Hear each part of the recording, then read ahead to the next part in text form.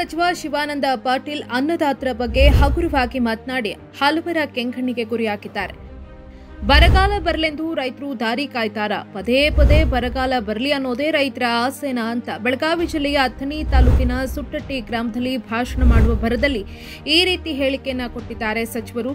ಸುಟ್ಟಟ್ಟಿ ಗ್ರಾಮದಲ್ಲಿ ನಡೆದ ವಿವಿಧೋದ್ದೇಶ ಸಹಕಾರಿ ಸಂಘದ 25ನೇ ವಾರ್ಷಿಕೋತ್ಸವ ಸಮಾರಂಭದಲ್ಲಿ ಸಚಿವರು ಭಾಗಿಯಾಗಿದ್ರು. ಈ ವೇಳೆ ಭಾಷಣ ಮಾಡ್ತಾ ರೈತರ ಬಗ್ಗೆ ಹಗುರವಾಗಿ ಮಾತನಾಡಿದ್ದಾರೆ. ಕೃಷ್ಣಾ ನದಿ ನೀರು ಪುಕ್ಸಟ್ಟೆ ಇದೆ, ಕರೆಂಟೂನು ಪುಕ್ಸಟ್ಟೆ ಇದೆ.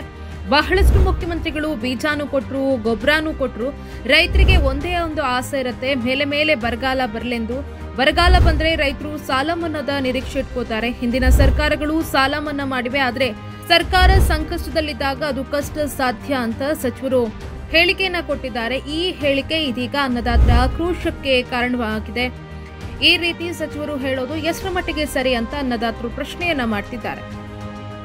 ಕೃಷ್ಣಾ ನದಿ ನೀರು ಪುಕ್ಕಟ್ಟದ, ಕರೆಂಟು ಪುಕ್ಕಟ್ಟದೆ, ಮತ್ತು ಬಹಳಷ್ಟು ಮುಖ್ಯಮಂತ್ರಿಗಳು ಬೀಜಾನು ಕೊಟ್ಟರು, ಗೊಬ್ಬರನೂ ಕೊಟ್ಟರು.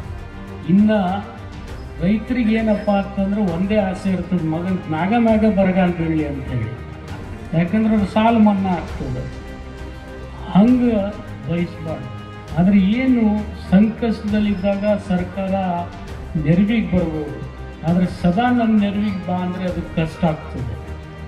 ಯಾವುದೇ ಸರ್ಕಾರಕ್ಕೂ ಕಷ್ಟ. ಕೃಷ್ಣಾ ನದಿ ನೀರು ಪುಕ್ಕಟ್ಟದೆ, ಕರೆಂಟು ಪುಕ್ಕಟ್ಟದೆ, ಮತ್ತು ಬಹಳಷ್ಟು ಮುಖ್ಯಮಂತ್ರಿಗಳು ಬೀಜಾನು ಕೊಟ್ಟರು, ಗೊಬ್ಬರನೂ ಕೊಟ್ಟರು.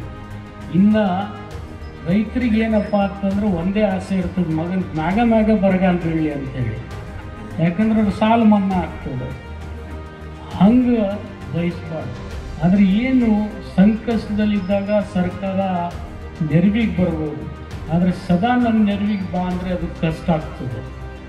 ಯಾವುದೇ ಸರ್ಕಾರಕ್ಕೂ ಕಷ್ಟ. ಸೆಂಚುರಿ ಟಿವಿ ಕನ್ನಡ ಚಾನಲ್ ಅನ್ನು ಸಬ್ಸ್ಕ್ರೈಬ್ ಮಾಡಿ, ಲೈಕ್ ಮಾಡಿ, ಕಾಮೆಂಟ್ ಮಾಡಿ, ಶೇರ್ ಮಾಡಿ.